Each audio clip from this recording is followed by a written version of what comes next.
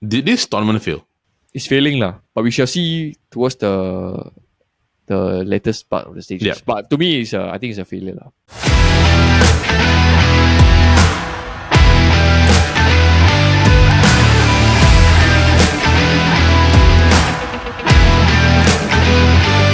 Hello everybody and welcome to the return episode of the Futbol Kaki. I'm your host Helder and I'm joined by my fellow Kaki bro, Paul. How you doing, bro? Long Monday, but it's been a while since we did Kaki, I think. How long has it been, bro? 2 weeks? It's been 2 weeks. I think since Champions League final, I think after the Champions League final, then we did like the winners and losers, right? Yeah. But I can say, right, like it was nice to have like a kind of a small break. For sure, bro. But can I just say, right, it's already July. It's like July tomorrow, bro. Right. I mean, like at the time we're recording on Monday, right? So technically Tuesday is the 1st of July. Yeah.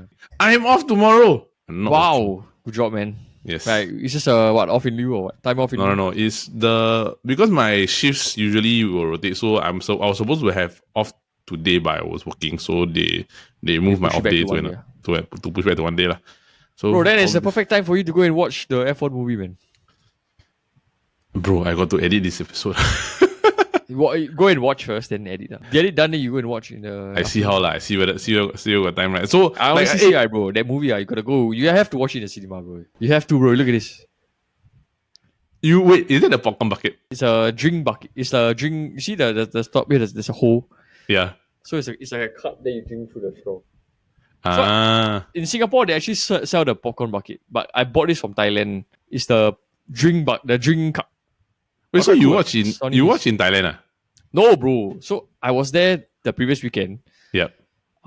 It only came out that Thursday, but I went back on a Monday night. Yeah. So I just went there to buy the this thing.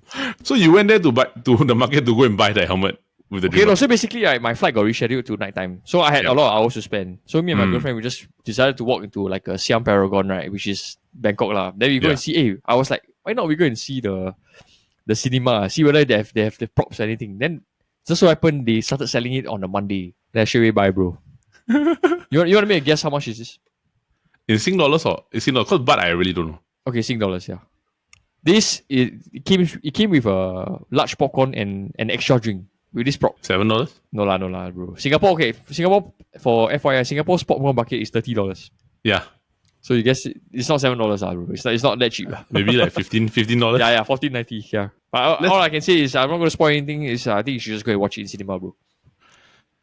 Let me see lah. See what I can do lah. Yeah, bro. I got stuff planned. I've already got stuff planned for tomorrow lah. So we shall see what's going to happen.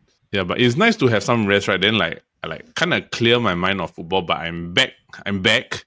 We are back today, and we have like a topic that I think both of us have been wanting to talk about for a while. It's basically because in the past years, there's been an uprise in like monetary sense for football. Or like football tournaments, right? They randomly throw in football tournaments just to make more money, right? Yeah, correct. So like they are adding things. Yeah. Nations League, like then you've got World Cup that was in the middle of the year in Qatar. And then after that, you've got the Euros last year. Then now you've got random UEFA friendlies, nation friendlies, all this, right? Yeah, like all these things, right? And then which is Nations League, which they deemed it as international trophy. By the way, the Nations League, the one that Portugal just won. So they deemed that. Then of course you've got the Copa America, you got Gold Cup. All of this on top of that, right?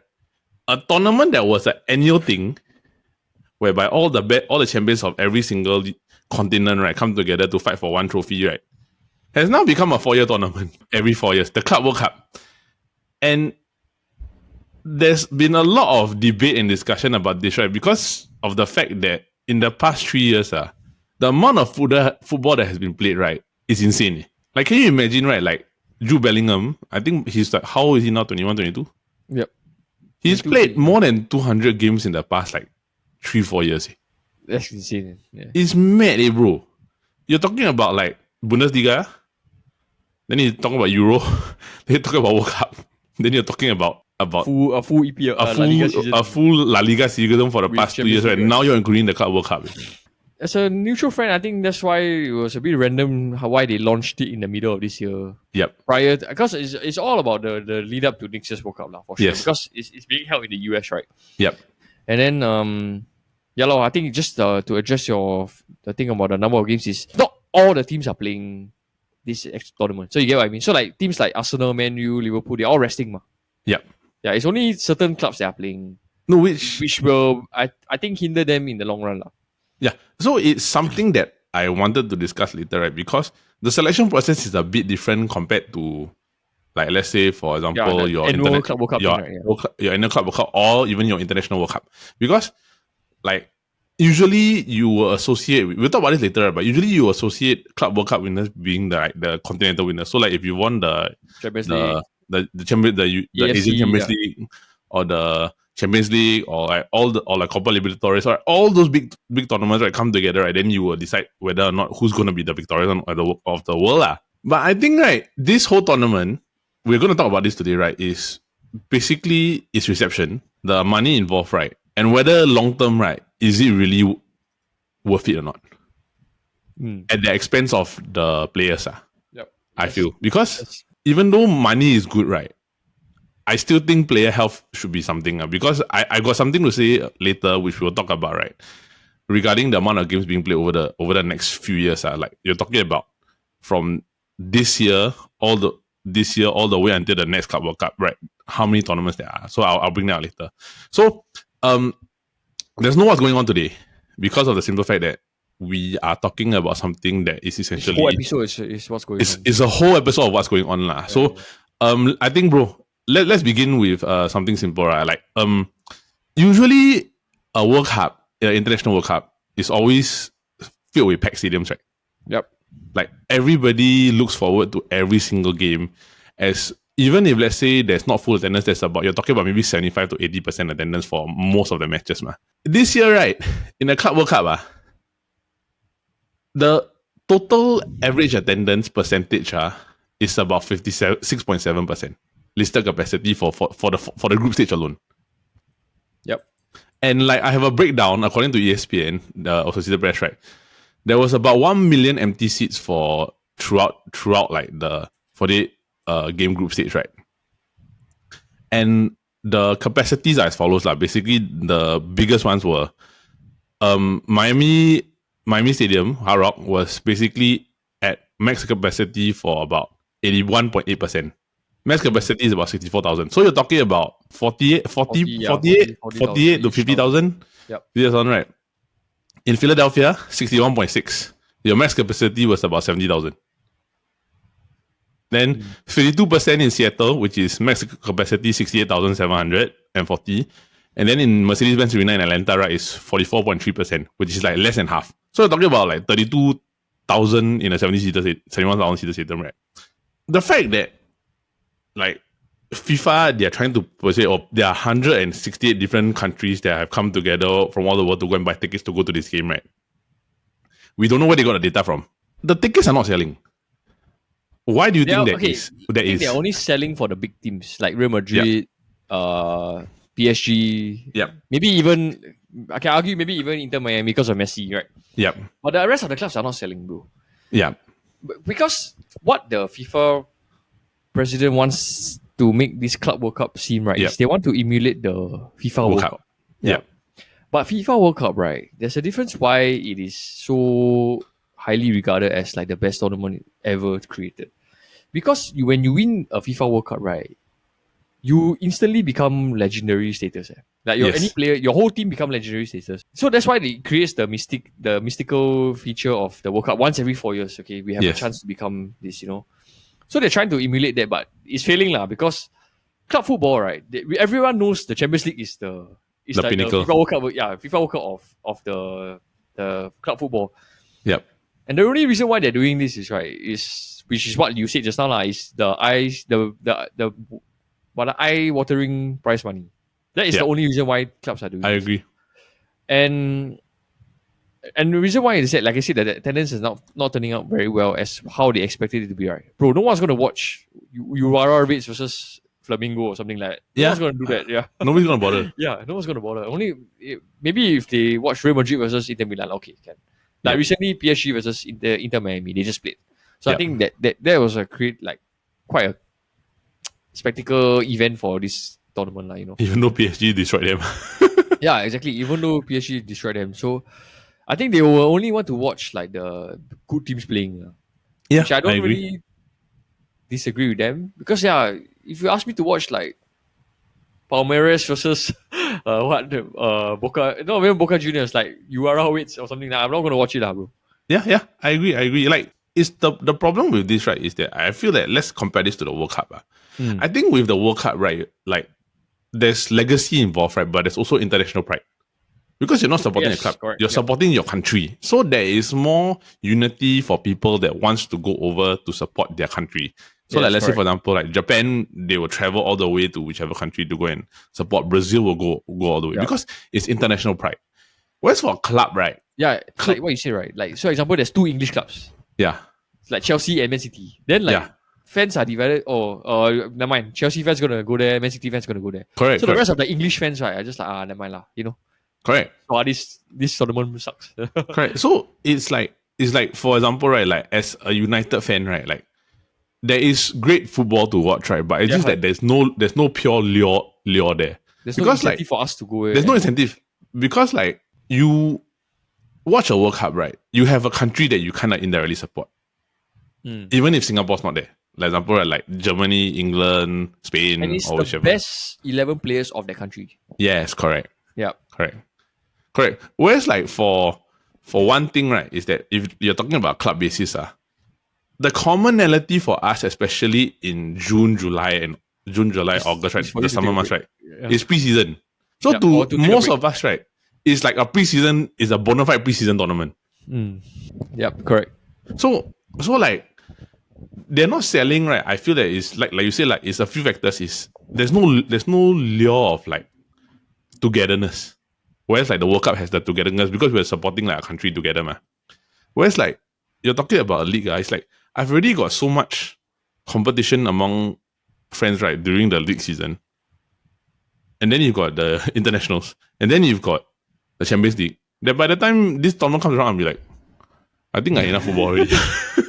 Yeah, and like example, like you watch Man City for like 10 months. Then why are you gonna watch again in June again? That kind of thing. It's like you're watching them for like what? Yeah. 10 months, and then another 2 months, and then another 10 months. Then you're watching them for like one whole year, like almost 2 years straight. Right. So it's like no, and it's like Man City you watch every year. Every season you watch. But World Cup is like every 4 years you watch, Yeah. And then every 4 years the teams are different.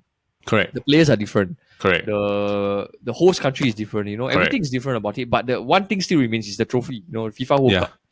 Yeah, it's the like I said, it's nation's pride plus high stakes, legendary status, bro. And it's also like down to a few things like one of it, right? I think let's talk about the main factor and the main thing here, right? Is money. It's the money, bro. It's the money, right? Definitely, like I went to do some research, right? And I went to like BBC, I went to whichever to go and find out the prize pool, right? I'm gonna break it down for you in like this, lah.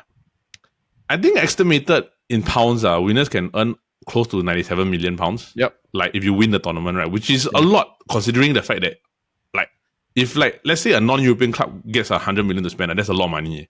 Yep. That can be like a couple of years. Miami or something, right? Yeah. They can utilize it for a couple of years. But the thing is that, can you imagine, right? Just by participating in the tournament, right, you get a 27.9 participation bonus. Just by participating. Yeah, 27.9 million participation bonus. You win a game in the group stage, right, is 1.5 million per win. Yep. 800,000 per draw. Of course, zero, you lose, you get no money lah.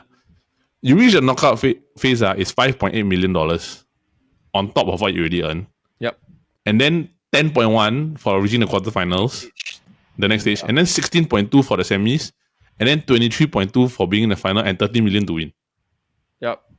Okay, like, I mean, if you're a club and you're doing this, right, you just get one win you just participate and get one win in the group stage. You already earn like almost 30 million already. It's a free transfer for you to buy somebody, Yeah, it's like 30 million just to participate and win one game. 30 million. For like, so I mean, like on top of this, right? Like to bring on what you say, like so, like Chelsea and Man City, they have been doing a lot of transfers. Yes. Right. I think like Chelsea, they bought Liam Delap.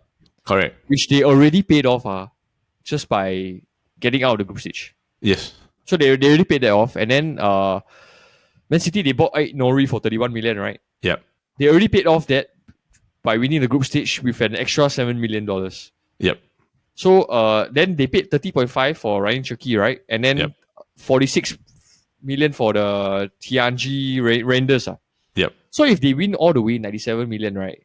Bro, everything is covered. Everything is covered, plus they have a bit of extra money. And they can go and buy other players. Yeah, and no, as in this money, 97 million coming is to balance the books, you know? Yep. So they're considered like net zero spend. So they can Yeah. continue to buy when the real summer comes, you know? Correct. So so it's like there is motivation for them to basically earn the money back. And like I can see why they would take it seriously, right? But let's just look at it from the small class perspective, right? From a small class perspective, one more. right? Sorry. Yep. We forget, you know who's the Champions League winner? PSG, right? Yeah. So PSG, right, when they won Champions League, right, they already won 95 million from that tournament. Yep. So 2 weeks later, they take part in this tournament. Imagine if they win again, bro. That's another 97 million. So in 1.5 months, right, you earn 180 million. Yeah. Bro, you are free to buy. You can whoever you want already. Yeah, correct. And right. It's quite insane, really. It's basically if you win, right, you get a war chest. Correct. And it's really a sign to say that this is really the rich get richer. Yep. No, because I wanted to say this, right? Like the bigger clubs will have added motivation to try and win more of this. Because there's more money involved, ma. But like the smaller clubs, let's say for example, like the Palmeiras, Japanese teams, Palmeiras, right? Like just participating already gives them $30 million in prize money alone is a bonus already. Then you get one win or a draw, right? That's another 1 million, a few hundred K. That's crazy. Extra. No, like what you need to do, right, is just need to keep progressing to the next stage. Yeah, correct. So like what they're doing, right, is they're making it more, how to say, like incentive-based tournament, right? Which begs the question, right? Is this tournament just all about money? Yes, because if I'm not wrong, right, the prize money for the FIFA World Cup, right, is very little, you know.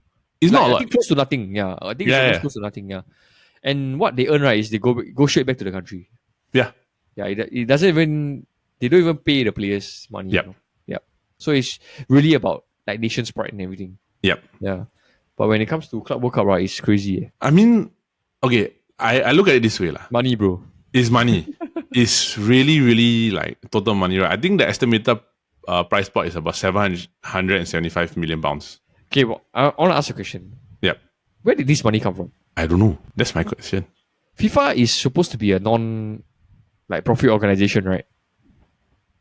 Where the hell they get this 1 billion? I don't know, dude. Where does the money? Because your tickets are not selling, right? So you have no income revenue to justify that you have $1 billion war chest. I mean, prize money to give out. Yeah. Unless you say it's all from sponsors, lah. You know, like different sponsors give all this. I mean, it is possible, right? But 1 billion is a lot, eh? It's a lot. It's really a lot, eh? It's like, in a way, they try to make this like the Super League, right? Yeah. A bit of the Super League vibes, right? Correct. Yep. So I definitely think there's like an investor behind. Confirm, man. Confirm. That's what I thought. Or do you think, right, it is something to do with next year's World Cup? Because next year's World Cup, right? So they're trying to build traction for next year's World Cup. Yep. So I think it's really evident that they came up with like a different scheme, a way for fans to secure tickets to next year's World Cup. So one way is to buy Club World Cup tickets this year. Then you will have like first priority to buy FIFA World Cup tickets next year. But I also think that maybe it's possible, right? Because generally, right, the World Cup will generate about a few $1 billion in revenue. So they reallocate some money. Basically, I think it's a possibility that if let's say there's no investor, right, it's just a reallocation of money. Because next year the World Cup is going to make money, bro. Like 1000% the World Cup is going to make money. So, like on average, right, let's say for example, right, like I think in the US national team, the debate one, right, like $6 billion revenue generated from the World Cup, but the men only get a percentage of the thing, so maybe like 1%, 2%. But 1%, 2% of 6 billion is a lot of money. It's a lot, yeah. It's a lot of money. So it's like almost 600. Like let's say just a few percent. I know it's not high. So if you're talking 6 billion in revenue generated, right, that 1 billion will technically go to FIFA or whichever, right, and then that will essentially pay off the World Cup, right, and then pay off this tournament also. They just reallocate the money lah. Correct, But I don't know correct. how. Yeah, I don't know how whether they are like even allowed to do things like that because like World Cup is international, ma. Yeah. How can you link it back to club? I don't know. I don't understand. I don't know that. And then it's like it's quite shady thing because teams can like in a way like launder No, money but- like but- that. Yeah, I don't know, bro. No, but here's the thing, right? Like here's the thing, right? Like is FIFA's at the end of the day, right? FIFA's not UEFA. FIFA's a governing body of world football.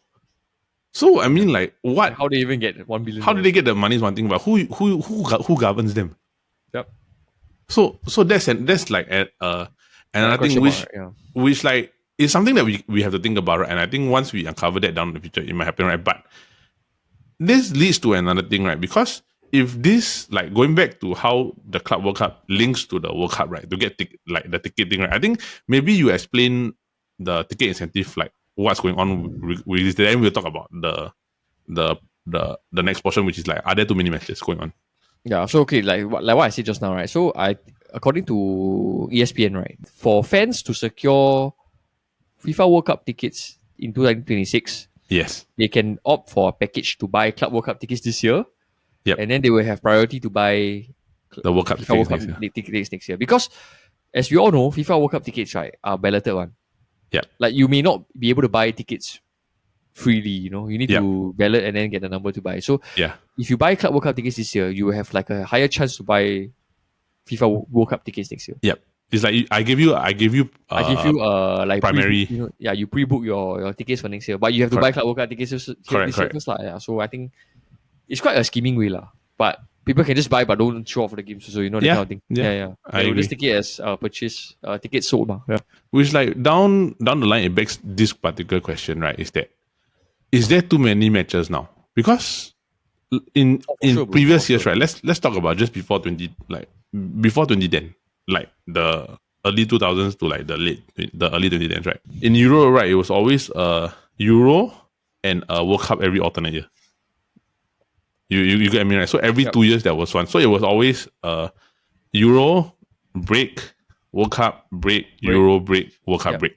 So it was something that people will be like, okay lah, because essentially the players, they do get one full year rest in between, right? But now with the additional football and like the expanded tournaments that are happening in season, so let's just talk about this. Like every year now, it's Euro last year, Club World Cup this year, World Cup next year, break 1 year, Euro, Club World Cup, World Cup, Euro, Club World Cup, World Cup. On top of that, right, you're talking Yeah, but the about thing is, you need to know, bro. Club World Cup, not every team is playing. correct. But the thing is that this is what I'm saying. A lot of the big clubs, right, have a lot of star players that are playing in the big countries. Yep. So let's say for example Real Madrid, Vinny, Bellingham, Rodrigo, Mbappe, Courtois. Let's say for example Chelsea, you got a few of the English lads, Cole Palmer, yeah. the Cole Palmer. City, you got Foden. Even though yes, there are some clubs that are not playing, right, a lot of the big clubs will generally participate because of the way that it's qualified. So if you want a Champions League, you qualify. If you are Yep. top few in the ranking for coefficient for the Champions League, you qualify. Like according to the thing, right? So you end up in a situation whereby no matter what, right, it will still get affected because all your big clubs are playing 3 years, are having players that are playing 3 years in a row. Yep. So sooner or later, you're asking them to go from maybe like 40, 50 games a year to almost like 70, 80 games in one season, right? Non-stop. And maybe a 2 to 3 week break before they have to report back again for the next season. Actually, bro, the Club World Cup, right? Maximum we play 7 games already. Yeah. Maximum, bro. As compared to a Champions League season where you play like 17 games. Correct. But the thing is that like 7 games already is on top of the expanded Champions League Yeah, but that they are okay. expected So to play. what I've been seeing, right, for like City, what call that, PSG and Chelsea, right? A lot of them they are using their depth team. Yep. A lot of it. So like Rodri is playing because he has been He out for was so out long. for most of So the season. he's using this to get his match fitness. Yep. Foden, who has not played like most of the seasons, right? He's been playing a lot now. Yep. Yeah, and then Haaland is like just playing 60 minutes and Reece James in a way, also. their minutes are being managed, which is a good thing. And what I can predict is after the Club World Cup, right? they will use the entire July for these players to rest. Then they will use the young players to go for the preseason. Just before August, right? Maybe like the last week of July and August. Then they come back. Yeah. So yes, it's a bit compromised, but if you were to win 197 million, I think some clubs will say, okay, it's not a bad deal, we take it. You know? Yeah. But I also do that. Like my whole thing is that as fans, we shouldn't be. I feel like we are not in a position to say we complain for the players. Yeah, you know? I know. They are already making the noise themselves. What we can say is this tournament is irrelevant. It's not because there's too many games. It's just irrelevant. There's no point in this. Yeah, we don't get the money. Yeah, we don't get the. We also maybe just get a bit of entertainment, but ultimately is come on lah. You know, June. I want to take a break. I don't want to be watching 3 a.m. games. You know, this kind of thing. Yeah. I agree. So like as we come to the conclusion, right? I'm going to ask you like one or two things, right? Is basically was this tournament even needed, and should we have just stuck to the old format? Let me put you to this, bro. It's only needed if your team is playing in it. If when you play, bro, we'll be following this tournament quite closely. Yeah, but we knew that Man U was going to make it. But it's true, it's true. Yeah, it's only relevant, right? If your team is inside. Yeah, that's true. That's like true. No Liverpool, no Barcelona, no Arsenal, right? That's why it's quiet, it's dead, bro. Yep. You just need one Man U or one Liverpool inside, right? Yeah. You see how the spectacle change. So I mean, like they wanted a fair like qualifying system, correct. Which I mean it was fair, right? Because honestly, Liverpool, United, even Barcelona, right? They're not in the tournament. Arsenal also not in the tournament, right? Yeah, and they cannot handpick because if they handpick, it's like the Super League. Yeah, correct. So like their selection was basically based on the last 3 years, correct. Past 3 years Champions League winners, right? Plus the ranking inside the Champions League, the Champions League coefficient. So it means that how well they perform over the past few years, lah.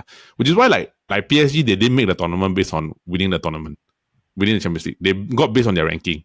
Yeah, the winners were Real Madrid, Man City, Chelsea. Yep. Real Madrid, Man City, Chelsea. So yeah. The Copa Libertadores also. So Flamengo, Palmeiras. Yep. And one more, I can't remember. Yeah. And then the Urawa Red Diamonds or this. Yep.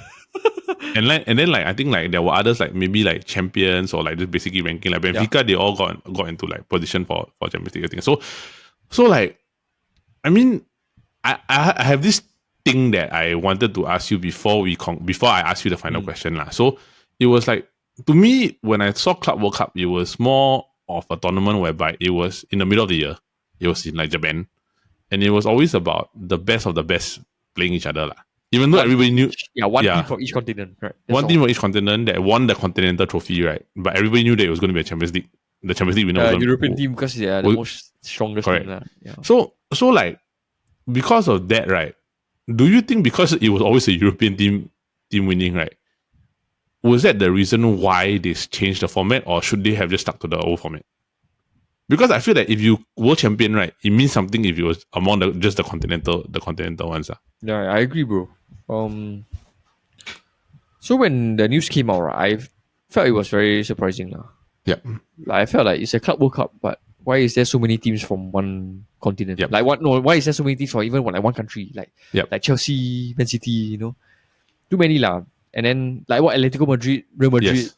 To be honest, my feelings towards the Club World Cup beforehand wasn't that much also lah. It was just, to me, it was just like, okay, the Club World Cup will just go to the Champions League winning team. Yeah, the Champions League winning team, right? Then they will just have that famous badge in the middle and then cap already. Yeah. So maybe it's an effort lah. It's a good effort for them to try to reach out to the other, to make this competition more lively. So, and now that we know that the prize money is so much, right? Yep. So it can be a good incentive for like teams to even win the Champions League. Yep. Because you have 2 chances now to get $100 million pots, you know. Yep. Let's see how it goes on moving forward lah. So the next, like, correct me if I'm wrong, the next Club World Cup, it will be based on this Champions League, next year Champions League, and then the year after Champions League. Yep. Okay. So it's not based, but if you win the Club World Cup, do you get automatic qualification? I have no idea. Okay. Yeah. Okay, but like, okay, so like, I think to conclude, right, like, I'm just going to ask you one final question, right? Like, did this tournament fail? It's failing lah. But we shall see towards the the latest part of the stages. Yeah. But to me, I think it's a failure. lah. Okay. You? What do you think? Um, I think it's a failure. lah. I mean, I think it's For a the failure. amount of money poured Yeah. into it. lah. For the amount of money poured into it, right, and the returns that you get, right, it didn't do right. But I also do think that maybe the location plays a part. Yeah, for sure, bro. It's a lot easier to access like the European countries rather than like North American country. I think South America might be easier, but like it's just a bit different. Like. The feeling of doing this, right, I feel that it's like one of the major things, and I find the biggest hurdles, right, is that you're putting the tournament in a country that whereby football is not the primary sport. Yep. And there's a lot of unrest now. Like, Yes. Like we don't want to get too political, but there is really a lot of unrest in US. now. Yep. So yep. So it's another factor. it's another factor, right? And the fact that they're doing the World Cup then next year. So like it feels like it's just they're doing this for like some sort of promotion for like next year. Yeah. And even like the players are complaining the pitch are not good. It's not good. Yeah. Yeah. A lot of them are getting cramps and injured. Like, then like I think the weather was hot because like I think remember Maresca said that they got like heat wave warning during training and they cannot even train. It's like, how do you prepare for a tournament when you cannot train? So right, moving forward, when they give hosting rights to countries, right, the criteria should be whether it is suitable to be hosted. Yep. Right. So I think like Europe, Asia, I think was okay. Yep. Asia, or like countries that are stable and like not so political unrest. Like honestly, right? Like I correct me if I'm wrong, right? A great host for this would be Japan. Bro, Japan is good at hosting lah. Bro, like I mean, football would be fun. That's why, bro. Honestly, that's why the Club World stadiums. Cup has been hosted there so many years. Yeah, correct. So like, I don't understand why they just don't go back to Japan. Like Japan or even like England. Not even England. Just go to like maybe Spain. Spain. Yeah, see Germany. There's a reason why Nations League was hosted in Germany, right? Yeah. Yeah, then maybe Spain or France, maybe. I don't know. Like I mean, like there's always been a track record whereby like World Cups have always predominantly done well, right? When it is hosted in a country where football is the primary sport. Bro, England. How many stadiums they can use, right? So many, dude. Yeah, so many. That's right. Exactly. So many lah. So yeah, we shall see. I think that's all already, bro. But for everybody, right? Like, I just want to shout this out to the early, right? Watching the Wrexham documentary, right? Welcome to Wrexham, right? And then Wrexham getting 3 back to back. The story actually quite insane. Wrexham. If they get promoted to the Premier League, right? I think they're going back down. They're in the Coca-Cola Championship, right? They're Championship now. One, right? They're Championship already, bro. Oh, Championship, bro. Just one below the what? Yeah, so they went from a National League to League 2 to League 1. Now they're in Championship already. Okay. In the past 3 years. I remember that. So, yeah, alright. Okay, bro, anything else to add before we close off? I think let's start a bit more, bro. And then I think football's going to resume in like 3 weeks, right? And July they're all reporting next week already. For our Liverpool, Arsenal, all this stuff, right? Yeah, our correct. main ones. Correct. So let's see how it goes, bro. Alright, okay. Excited, bro.